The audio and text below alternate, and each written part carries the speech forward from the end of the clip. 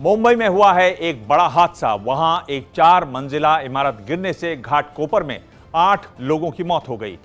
राहत और बचाव का काम अब भी जारी है। हादसे में शिवसेना नेता का नाम आया है। बड़ा सवाल है कि आखिर कब तक सरकारी लापरवाही की कीमत आम नागरिकों को चुकानी पड़ेगी। ये एक नेचुरल कैलामिटी बिल्कुल नहीं है। It's not at all a natural calamity. ये एक मैन मेड कैलामिटी है। बीएमसी ने इसे परमिशन दी तो क्या बेसिस पे दी? अगर बीएमसी को ये लगता था कि यहाँ पर नहीं होना चाहिए तो क्यों दी परमिशन? आज मर जाते लोग। समझना चाहिए था इतनी छोटी सी बात को।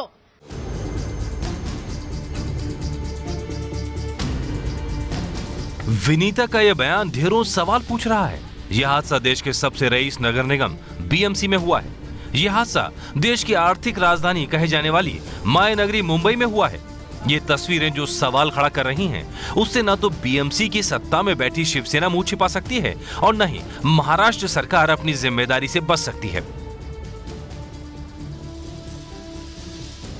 मुंबई की घाटकोपर में एलबीएस रोड के पास दामोदर पार्क इलाके की यही वो 4 मंजिला इमारत है जो सुबह 10:30 पर भरभरा कर गिर पड़ी।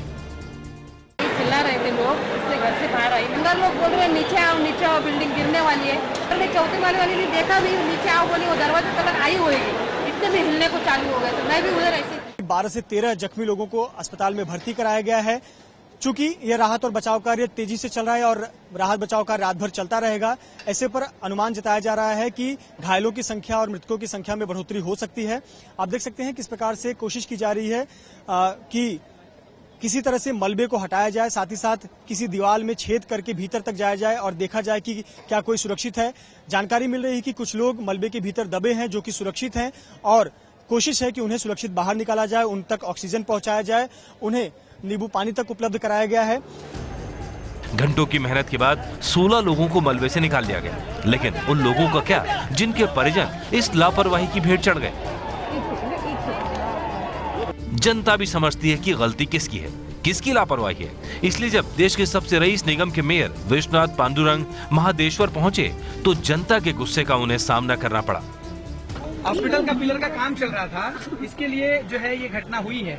इसके बारे में आपके अधिकारी आपको क्यों पूरी जानकारी नहीं दे रहे हैं? पिलर का कुछ काम चल रहा था और उन्होंने गलत काम किया होगा और उसके वजह से इमारत जो बिल्डिंग है वो कोलैप्स हुई होगी, तो उनके ऊपर कार्रवाई करनी चाहिए। इस बिल्डिंग में करीब 15 परिवार रहते थे। मारे गए लोगों में 6 महिलाएं और 2 पुरुष हैं। लोगों में गुस्सा है, नाराजगी है। लेकिन सवाल उठता है कि आखिरकार इस हादसे का जिम्मेदार कौन है, किसकी लापरवाही, किसकी खामियों की वजह से यह बड़ा हादसा हुआ। इस 4 मंजिला इमारत के ग्राउंड फ्लोर पर सिताप नर्सिंग होम था।